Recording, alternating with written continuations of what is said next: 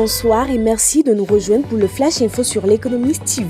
Voici l'essentiel de l'actualité économique, ici et ailleurs. La Banque africaine de développement et le groupe de coordination arabe ont signé le 13 janvier à Abidjan une déclaration commune ouvrant une nouvelle phase de leur partenariat. L'initiative vise à passer d'une coopération ponctuelle à un co-investissement structuré afin de mobiliser davantage de financement à long terme pour l'Afrique dans les secteurs de l'énergie, du climat, de la sécurité alimentaire et de la croissance du secteur privé. La Côte d'Ivoire renforce son dispositif fiscal pour stimuler l'innovation et soutenir les jeunes entreprises technologiques. Le gouvernement ivoirien a introduit dans l'année fiscale 2026 des exonérations fiscales en faveur des startups numériques labellisées conformément au Startup Act adopté en 2023.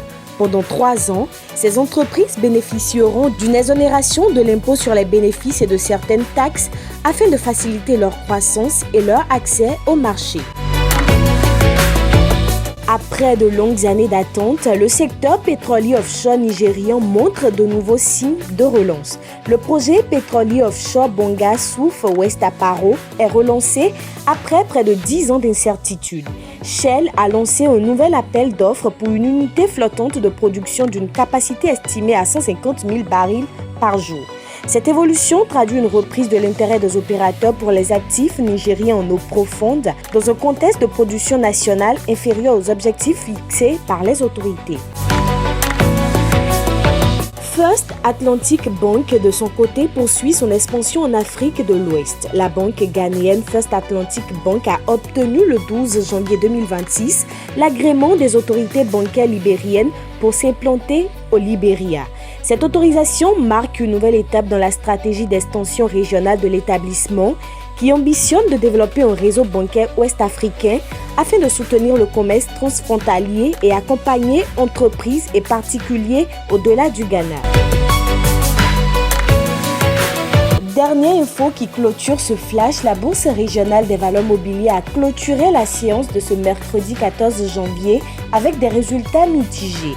En tête des hausses, Nestor Côte d'Ivoire a progressé de 5,50% à 11 500, suivi de Motors Côte d'Ivoire, la compagnie financière africaine, de la Société d'exploitation des matériaux de construction, de la Sicor Côte d'Ivoire et de la compagnie africaine de boulangerie. A l'inverse, ETIT et CETAO Côte d'Ivoire ont enregistré les plus fortes baisses, toutes deux à moins 4,35% à respectivement 22 francs et 1210 francs.